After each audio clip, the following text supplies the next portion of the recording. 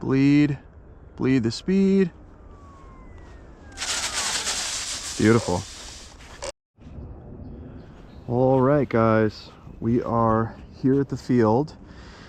It is 7 o'clock in the morning and it's 33 degrees, and I have V2 of the Project 50mm top speed, the S duct, the Formula 1 fin. I still haven't named the plane. I kind of just, maybe it'll be Project 50. I don't know. I think it might just have to be Project 50.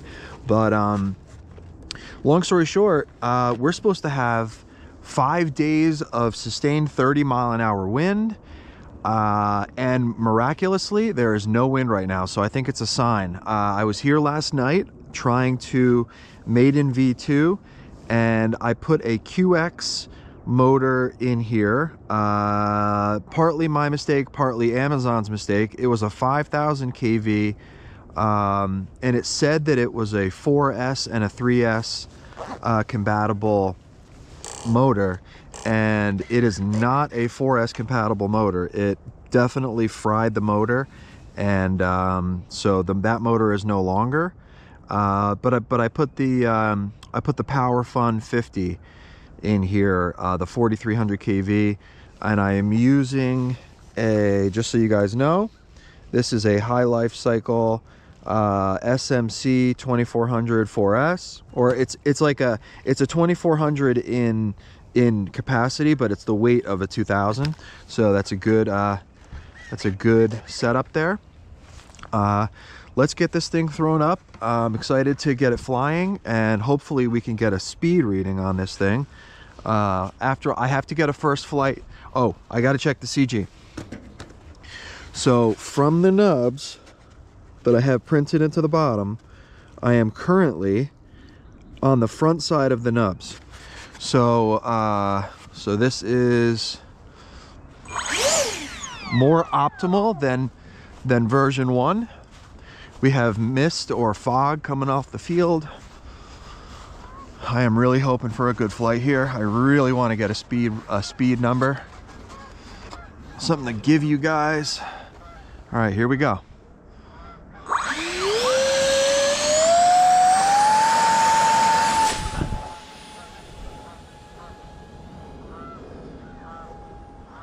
All right, she's flying good.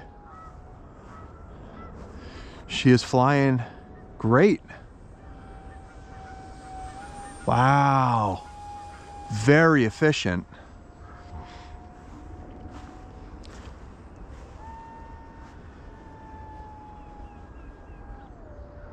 A little hard to see because of the colors I chose, but look at this thing fly. Now she's not a fighter jet. She's very stable. The turning ability is good. It's enough. It's enough for what you need. I have it dialed in. This is a slow speed pass to see the stability of her. Good. Okay. She is nose heavy though. That's my issue. So I am going to do one more pass to get a feel. High speed pass. Okay. So she's trimmed good. I'm going to bring her in for a landing here.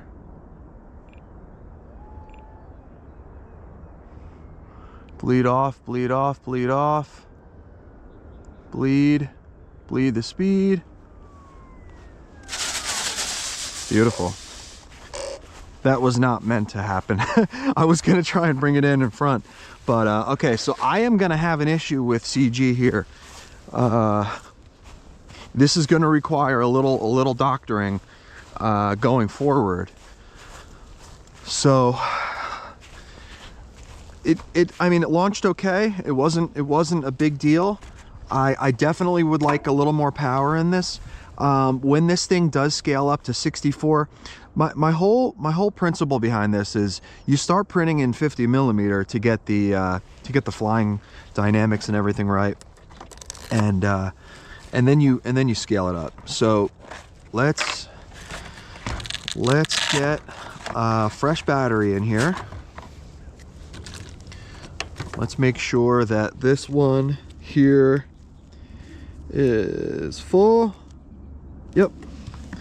All right, so we're full here. I'm gonna get this thing as far back as I can. And then I have to find a way to get the speed meter in here without, see if I can get, even the wires going back is gonna help with weight. Tuck the wires because the speed reader is definitely gonna add some weight to this thing, and I don't want it to be nose heavy. That's the problem. Okay, so the speed reader is on. I need to verify that it's gonna work. Nope, not yet. Yeah, it's like it's a bit forward. Okay, but what can we do? All right, little thrust test. I don't go full thrust test when I know I need power on the takeoff, because for some reason I found that the first thrust run up you do on a lipo is the best. So I'm gonna do it really quick and just throw this thing up. Ready? Yes, it's flying. It is nose heavy though. All right, so this is a 50 millimeter Power Fun with the speed meter in it. Level flight, totally dead level. My guess is right around 90 is what I'm thinking. I'm gonna cool off the ESC a little bit. There is currently 0 wind. It flies so good though. This is such a nice flying plane. All right, here we go. Out of the bank, straight and level. I'm gonna actually trim her so there's less drag on the plane, because I have it trimmed a little tiny bit elevator up because I was worried about the nose weight. So I went 3 clicks of elevator down to see if we can get a little bit more speed out of her. All right, ready? I'm gonna go out, out, out, out, out, and full speed ahead. There we go, straight and level.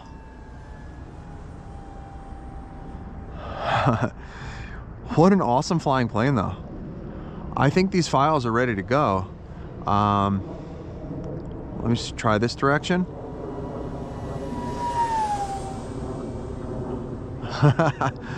So cool. So cool. Uh-oh. Something happened. Something happened. Something went wrong with the speed jet. I tried to make everything as light as possible, so I used the smallest little control horns, and I think that might have been the issue. That's the only thing I can think of, because I was banking in a fast turn. Yeah, she's exploded. But this is part of it. This is part of the process here. Okay, let's find the speed meter. Where is it? Oh, there it is. There it is. Let's see. Okay, it went 92 miles an hour. It went 92 miles an hour. So it is it is not fast yet. The speed meter is still working, and it went 92 miles an hour. Wow. Okay, so turn that off.